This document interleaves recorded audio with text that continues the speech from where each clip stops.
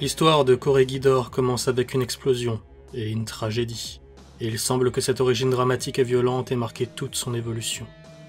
Un bus rempli d'enfants morts fut le déclencheur qui entraîna la création du vaisseau-prison de Corregidor.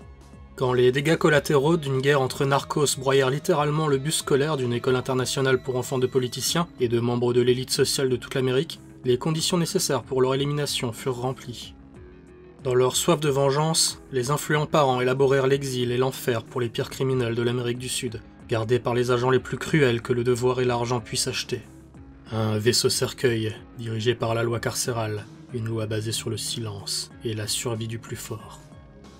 La seconde fondation de Corregidor, l'annexe Lazaretto, apporta juste plus de misère, de problèmes et de souffrances au vaisseau. La construction des ascenseurs orbitaux d'Afrique et d'Amérique du Sud causa un exode massif de centaines de milliers de personnes, déplacées par les énormes travaux de construction. La plupart des réfugiés furent abandonnés à leur destin dans un vaisseau mal ravitaillé, prouvant ainsi que les tragédies humanitaires ne sont que des notes de bas de page dans l'agenda des grandes puissances. Ces nouveaux exilés n'étaient pourtant pas de gentils moutons. Parmi eux, il y avait des rebelles guerreros, des vétérans de guerre tribale, des chasseurs de têtes et des survivants de génocide ethnique. Les gouvernements saisirent donc l'opportunité de se débarrasser de ce problème d'indésirables, abandonnant ces derniers à leur sort. Cependant, ceux-ci formaient un groupe hétérogène d'individus récalcitrants et difficiles. Ainsi, quand Corregidor fut abandonné par les gouvernements de la Terre, ils furent forcés de laisser leurs différences de côté et de combattre ensemble pour survivre. Contre toute attente, ils furent victorieux. Les fonds fournis par la fondation Corregidor, qui gérait le capital confisqué aux détenus pour assurer la maintenance du vaisseau, furent insuffisants pour s'occuper du nouveau volume de population. Par conséquent, les prisonniers furent contraints de développer des compétences monnayables essentielles, s'appuyant sur cette autarcie pour ne pas succomber à l'environnement hostile de l'espace. Ils se spécialisèrent dans la construction et la réparation en conditions d'apesanteur, ainsi que le perfectionnement des capacités martiales, en accord avec les règles carcérales, ce qui implique officieusement qu'ils n'en ont aucune. Cependant, ce ne fut pas facile. Les faibles mouraient, et ceux qui survivaient étaient toujours plus forts et plus malins. Les citoyens de Corregidor développèrent ainsi une tradition de force diamantine qui les rendit extrêmement orgueilleux. Néanmoins, même s'ils réussissent aujourd'hui à se rendre utiles, et si la société qui les avait repoussés a désormais besoin de leurs services, leurs origines ne sont pas oubliées. Ils sont toujours les rejetés et les oubliés, car pour la majorité des gens, ils n'existent pas. Vivre au milieu de l'espace obscur, c'est comme s'installer au cœur de l'indifférence.